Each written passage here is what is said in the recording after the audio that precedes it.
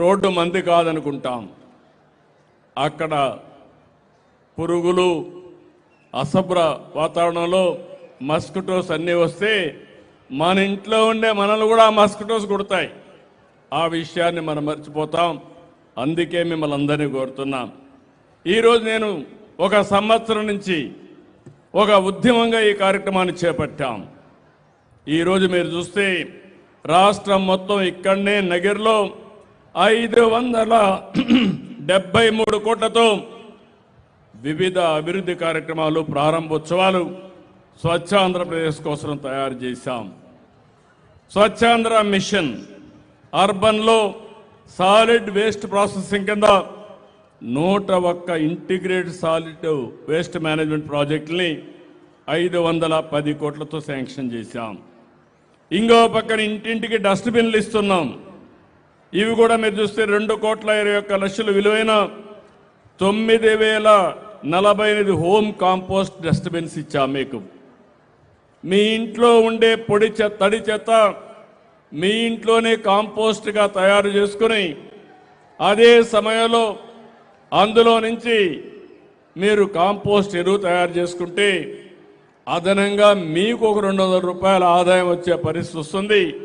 కుటుంబాల బట్టి ఇది పెరుగుతుంది. ఇంకో పక్క గ్రామీణ ప్రాంతాల్లో చెత్త సేకరణ కోసం స్వచ్ఛ భారత్ మిషన్ కింద 6.7 కోట్లు శాంక్షన్ చేశాం.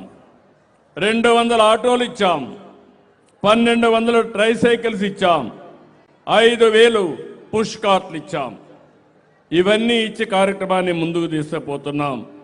ఇంకొక పక్క పరిశుభ్రత డ్రైవ్ని పోయిన సంవత్సరం నుంచే ప్రారంభించాం. రాష్ట్రం మొత్తం మీరు ఒకసారి చూస్తే గడచిన ప్రభుత్వం 105 లక్షల మెట్రిక్ టన్నులు చెత్తని పట్టణాల్లో వదిలేసి వెళ్ళిపోయారు. చెత్త ఉంటే ఏమవుతుందో మీరు ఒకసారి చూడండి. ఆ చెత్త ఒడ్లో పడిపోయి పెద్ద పెద్ద గుట్టలుగా తయారైపోయి వర్షం పడితే ఆ వర్షం అంతా అక్కడే ఇంకి ఆ నీళ్లు భూగర్భ జలాలుగా కలుషితం అయిపోయి ఆ నీళ్లే మనం తాగే పరిస్థితికి వచ్చాం.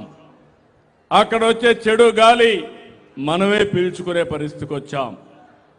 ఈరోజు దాని మీద ఒక ఉద్యమ స్ఫూర్తితో పనిచేస్తున్నాం. దగ్గర మీరు ఒకసారి చూస్తే 90% పట్టణ ప్రాంతాల్లో, గ్రామీణ ప్రాంతాల్లో మొత్తం ఈ యొక్క లెగసీ వేస్ట్ అంతా కూడా క్లియర్ చేశాం. మార్చి లోపల మీకు అందరికీ హామీ ఇస్తున్నాం. 1,12,000 టన్నులు అంటే 112 లక్షల టన్నులు అంటే 1,12,00,000 టన్నులు చెత్తని పూర్తిగా తీసేసే బాధ్యత ఈ ప్రభుత్వం తీసుకుంటాం. ఇంకొక పక్క ప్రతి ఒక్క ఊర్లో door to door waste collection ఇప్పటికే ఇంటింటికి వస్తున్నారు. పట్టణ ప్రాంతాల్లో 97.26% ఇంటింటికి వచ్చి చెత్త కలెక్ట్ చేస్తున్నాం. గ్రామీణ ప్రాంతాల్లో మీరు చూస్తే 62% కలెక్ట్ చేస్తున్నాం.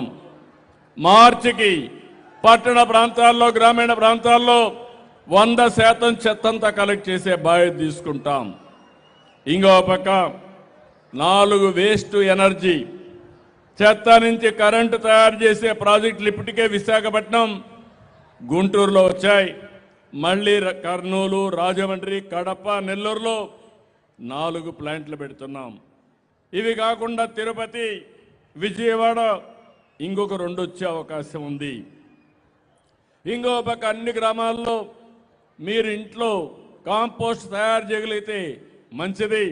ఒకవేళ మీరు తయారు చేయకపోతే 10,790 సాలిడ్ వెల్త్ ప్రాసెసింగ్ సెంటర్స్ కింద రాష్ట్రం అంతా కూడా తయారు చేస్తున్నాం.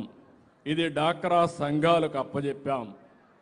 వాళ్ళు తయారు చేసిన కాంపోస్ట్ని రైతులకు సరఫరా చేసే కార్యక్రమానికి శ్రీకారం చుట్టాం. స్వచ్ఛ రథాలు వారానికి ఒకసారి ఒక టైం టేబుల్ ప్రకారం మీ ప్రాంతానికి వస్తాయి. అక్కడి నుంచి మీరు వాడేసినటువంటి డ్రై వేస్ట్ కానీ, ప్లాస్టిక్ కానీ, కాగితాలు కానీ ఏవైతే ఇస్తే అవి తీసుకొని తిరిగి మీకు నిత్యావసర వస్తువులు అక్కడే ఇస్తారు. అంటే ఒకప్పుడు నేను చిన్నప్పుడు చూసేవాడిని, ఎవరన్నా మీ ఇంట్లో చెత్త ఉంటే వేస్ట్ ఉంటే ఇవ్వండి, మేము దానికి డబ్బులు ఇస్తామని వచ్చేవాళ్ళు. ఇప్పుడు నేనే పంపించి మీ ఇంట్లో ఉండే ఇలాంటి వస్తువులు తీసుకొని మళ్ళీ మీకు నిత్యావసర వస్తువులు ఇచ్చే బాధ్యత ఈ ప్రభుత్వం తీసుకుంటున్నాం. నేను అందుకే ఒక మాట చెప్పాను, ఈ ప్రపంచంలో ఏది కూడా వృధా కాదు, మనం అన్ని ఉపయోగించుకోవాలి. ఈరోజు ఆ పనే చేస్తున్నాం. వేస్ట్ నుంచి, చెత్త నుంచి సంపద సృష్టించడం ఏ విధంగా చేయాలనో చేస్తున్నాం. 130 స్వచ్ఛ రథాలు పెట్టాం. మార్చికంతా 660 వస్తాయి. మార్చికి మీ ఇంట్లో ఉండే చెత్త 100% కలెక్ట్ చేసే బాధ్యత ఈ ప్రభుత్వానిది, ఈ మున్సిపాలిటీలది. ఇది కాకుండా 2018లోనే రాష్ట్రాన్ని ఓడిఎఫ్గా తయారు చేశాం.